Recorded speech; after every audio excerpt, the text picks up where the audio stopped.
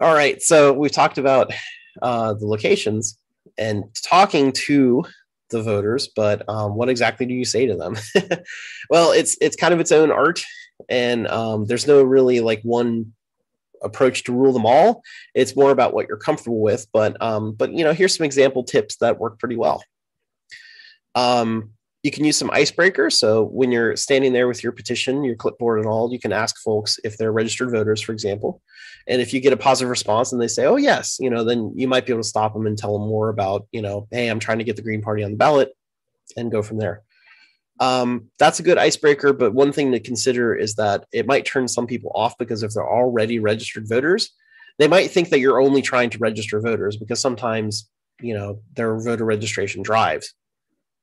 So they might say yes or no or whatever it is and just keep walking because they're like, I don't want to get registered right now.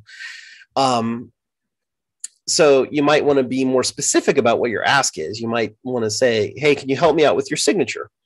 Can you help me put another choice on the ballot this November?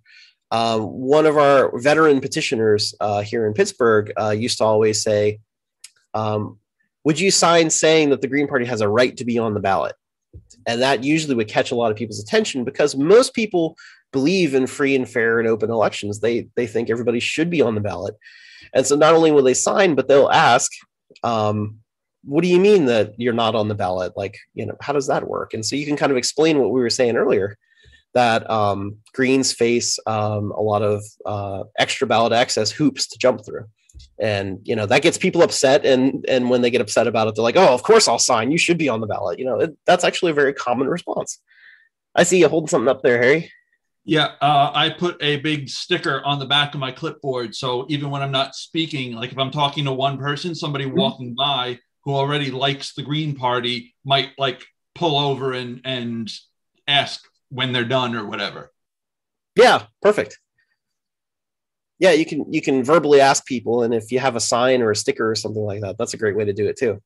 But let folks know what you're out there for, and some type of pitch that's something to do with like the Green Party on the ballot. Like, we have a right to be on the ballot. Can you help me get on the ballot? Can you sign this to put us on the ballot? Any sort of opening like that is usually a pretty good one that will get folks' attention, and they'll stop and they'll ask more about it, and they'll usually sign. So, there's these are a few opening options.